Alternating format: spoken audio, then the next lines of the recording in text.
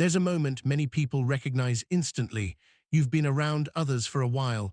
Nothing went wrong, no arguments, no tension, but somewhere inside you feel it, that quiet pull to be alone. And then, almost immediately, something else appears. Guilt, a subtle pressure in the chest, a thought you didn't invite. I shouldn't need this. You tell yourself you'll stay a little longer. You answer one more message. You push the feeling aside. And yet the question lingers. Why do I feel bad for needing space? What makes this guilt so confusing is that it often arrives without any external trigger. No one is accusing you of being distant. No one is upset. No one has demanded more from you. And still, choosing solitude feels like you're doing something wrong. Psychologically, this is important, because guilt usually appears when we believe we've violated a value. So the real question becomes, what value do you think you're breaking when you choose to be alone?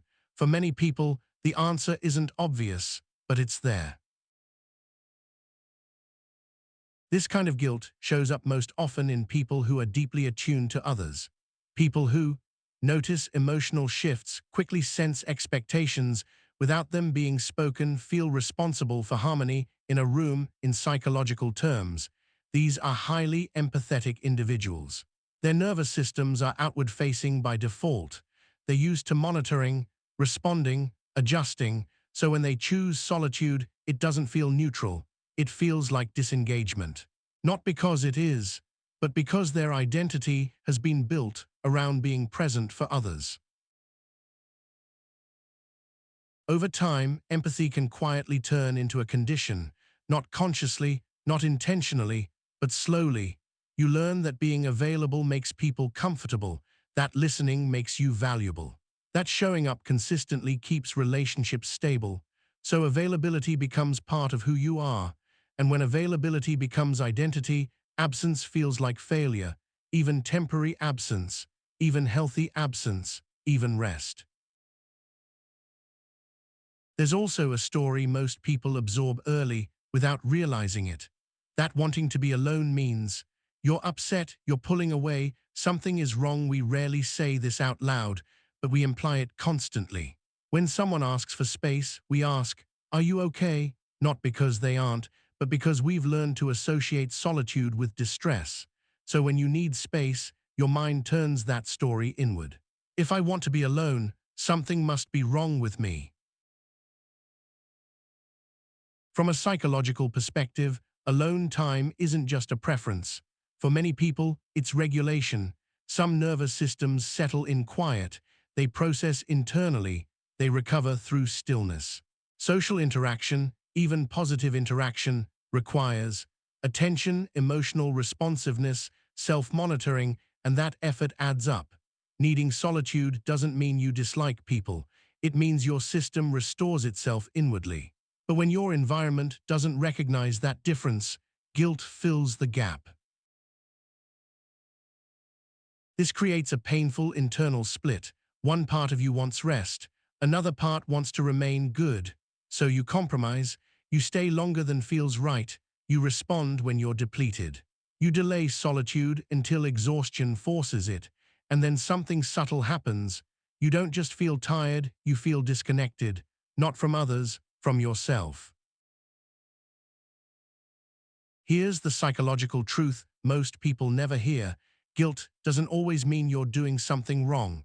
Sometimes it means you're doing something unfamiliar. Especially if you were praised early for being accommodating. Especially if your worth was tied to emotional availability. Especially if you learn that being needed equals being valued. Choosing solitude challenges that equation. And the mind resists change, even healthy change. Here's the psychological truth most people never hear.